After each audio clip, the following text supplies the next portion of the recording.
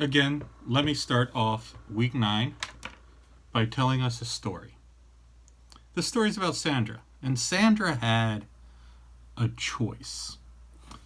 It it was a situation that every single one of her friends in college would be envious of. She was graduating from the university with a business degree, and she had 3 job offers on the table. But the decision was driving her crazy. She wanted to make the right choice. She worried that she could ruin her life by going down the wrong path. She wanted to be faithful to God in her work, but God didn't seem to be telling her which way she should go.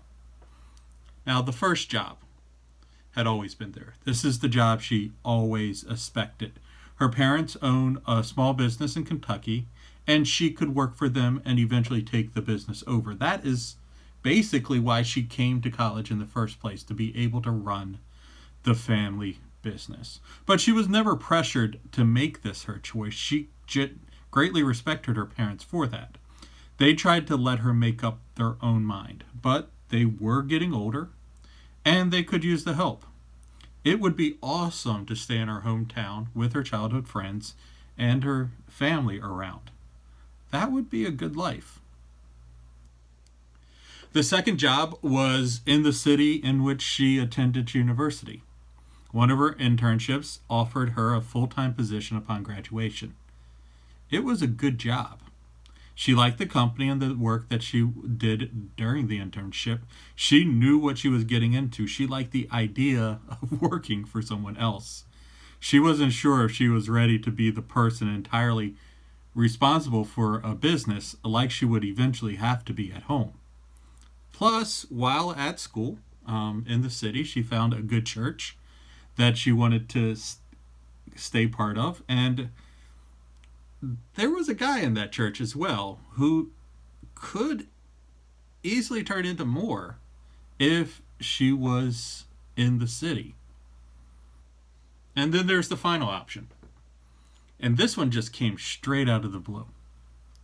She applied for her dream job at her dream company, doing exactly what she had always dreamed about. And she got the offer. This job was special. Not only would Sandra be doing something she loved, she would have the potential to change the world for better on a grand scale. But she would have to sign a clause in the contract that allows the company to position her anywhere in the world based on their needs. That was both exhilarating and frightening. Is this passion a sign of what God is calling her to do in her life? Her parents would understand. She could find another church. And should she really be making decisions based on someone who's just a guy that might be more? Sandra really wanted God to make up her mind for her. It would be so much easier if there were just big lights in the sky saying, this is the way you should go, or if there was only one choice. What if her parents say something about really needing her next time she goes home? Is that a sign from God? What if the guy asks her out, or the church asks her to take on new responsibility? Would that be a sign? What if someone calls her from her dream company on a specific day to encourage her decision? Would that be a sign from God? How could Sandra know what God wants her to do specifically for her career?